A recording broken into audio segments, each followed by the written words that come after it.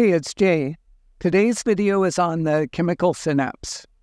If we want to know why I'm happy when I stand outside on a beautiful day, we need to understand what happens where one neuron talks to another neuron.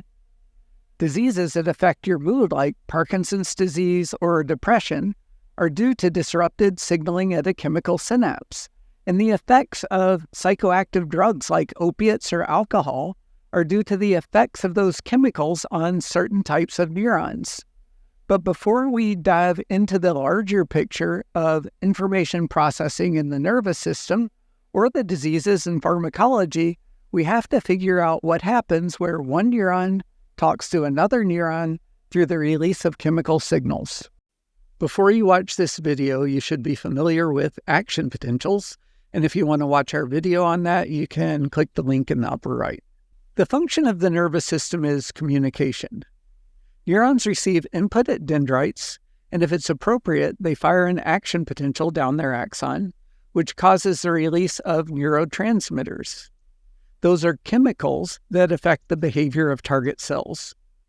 So each neuron has a single output. It's either on or off. It's either releasing neurotransmitters or it isn't. So just like computers can perform complex tasks by interpreting zeros and ones, humans can perform processes as complicated as thinking by turning billions of neurons either on or off. A chemical synapse is a place where a neuron communicates with another cell through the release of neurotransmitters. The cell that releases the neurotransmitters is called the presynaptic neuron. The cell that receives the signals is the postsynaptic neuron. Those two neurons don't touch, but they're separated by a space called the synaptic cleft. When an action potential arrives at the axon terminal, it raises voltage inside the neuron above plus 30 millivolts. The plasma membrane of the axon terminal contains voltage-gated calcium channels that open above a certain threshold.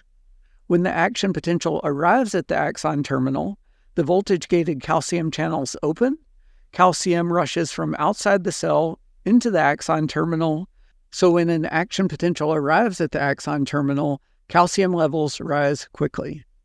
Axon terminals are filled with vesicles that contain pre-made neurotransmitters. When calcium enters the axon terminal, it binds to enzymes that cause the vesicles to fuse with the plasma membrane of the presynaptic neuron.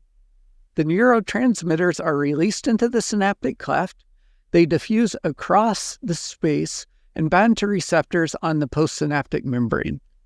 When neurotransmitter binds to receptors, the receptors change shape and they change function. Those receptors might be ion channels that open or close. They could be a different type of protein complex that turns enzymes on and off in the postsynaptic cell. We're going to study the details of different types of receptors later on.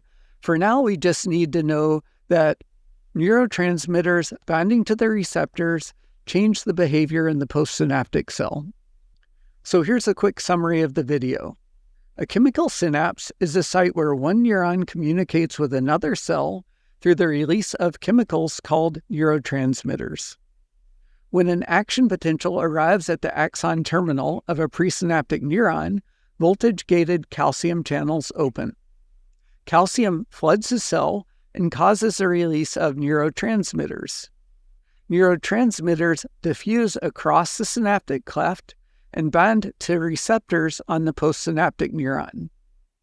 When those receptors bind neurotransmitters, they change shape and change the behavior of the postsynaptic cell. If you understand what happens where one neuron communicates with another cell, we can begin to explore what happens when billions of neurons communicate with each other, and even the neurons' effect on cells outside the nervous system.